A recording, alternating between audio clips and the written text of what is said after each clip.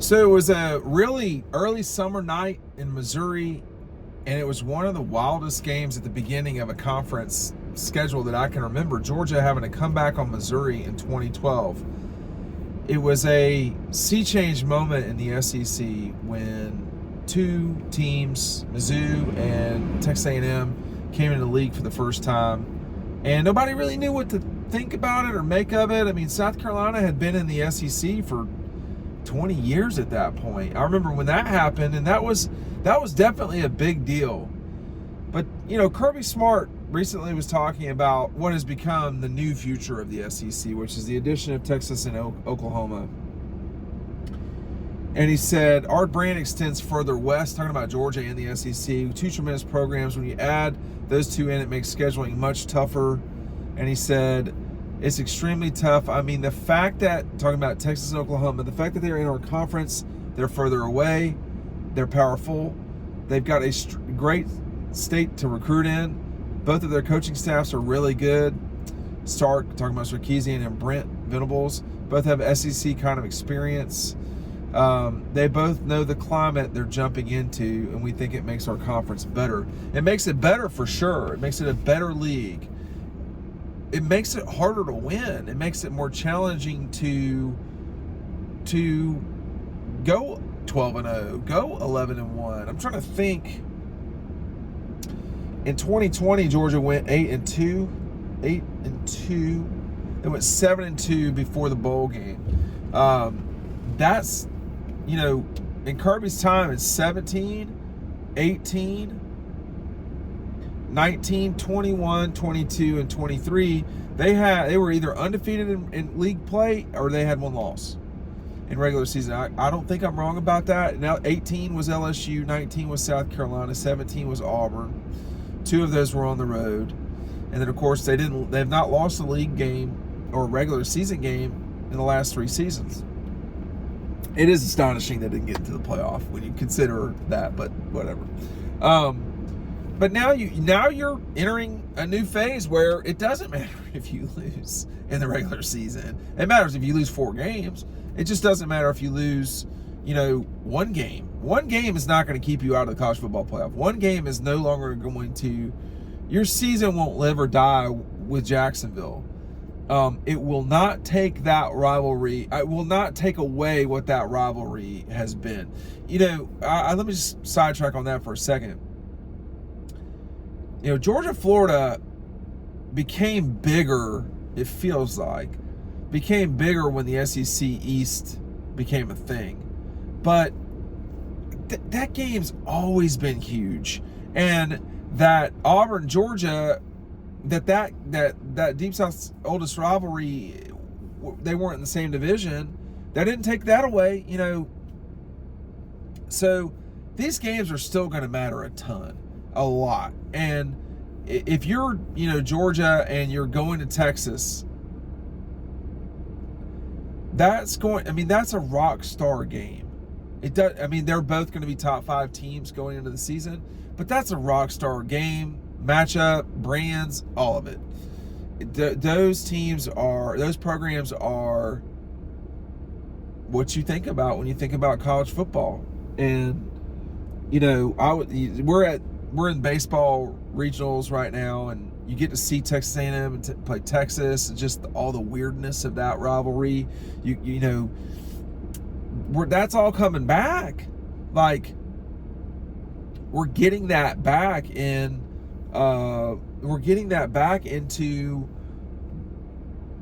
the league, and it shouldn't have gone away, but it did.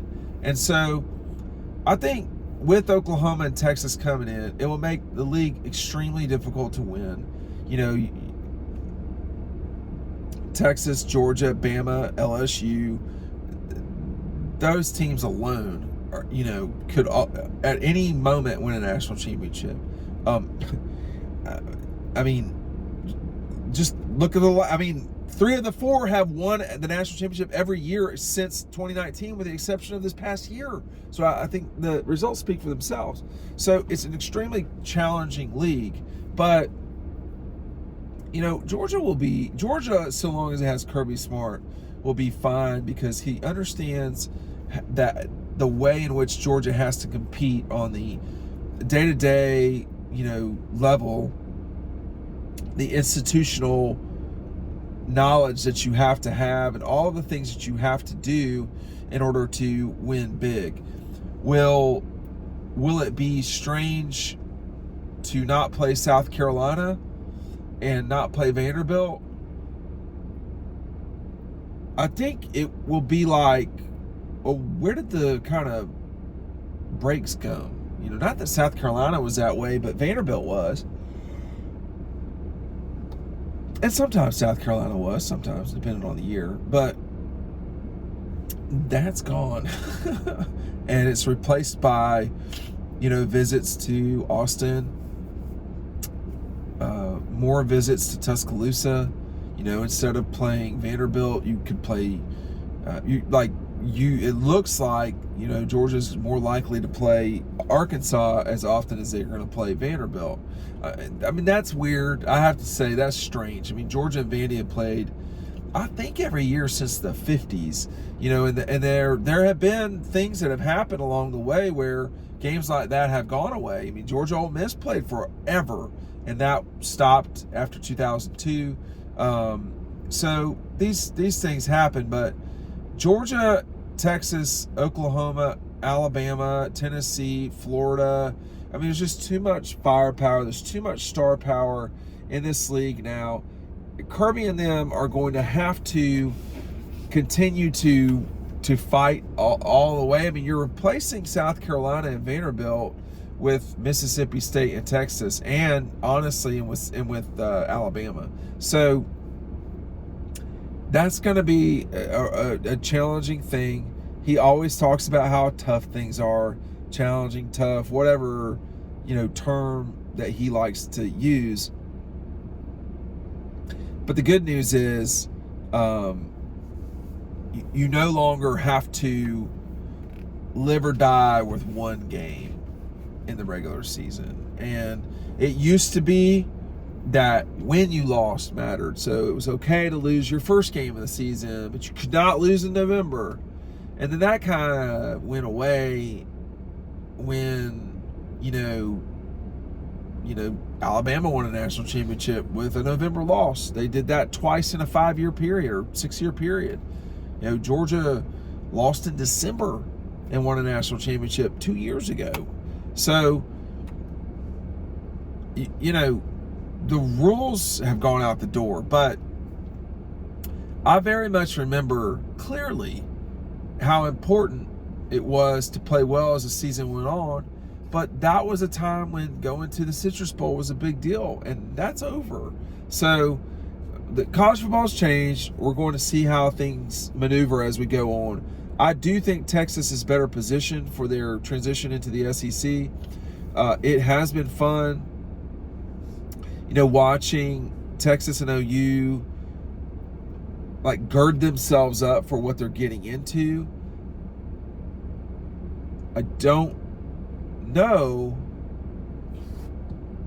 if you can really know what you're getting into until you've gotten into it. And Arkansas and South Carolina have been in it for 30 plus years now.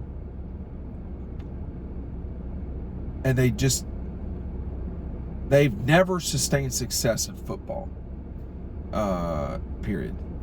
A&M and Missouri, my last sentence, you could apply that to them. They've never sustained success. Missouri has had success. Last year was definitely a success. They won the division twice, the first however many years. The people wouldn't stop writing about that. It was like, y'all, Georgia, Florida, they're not where they need to be right now. So that's one reason why Missouri's winning it. And Tennessee, you could say the same thing.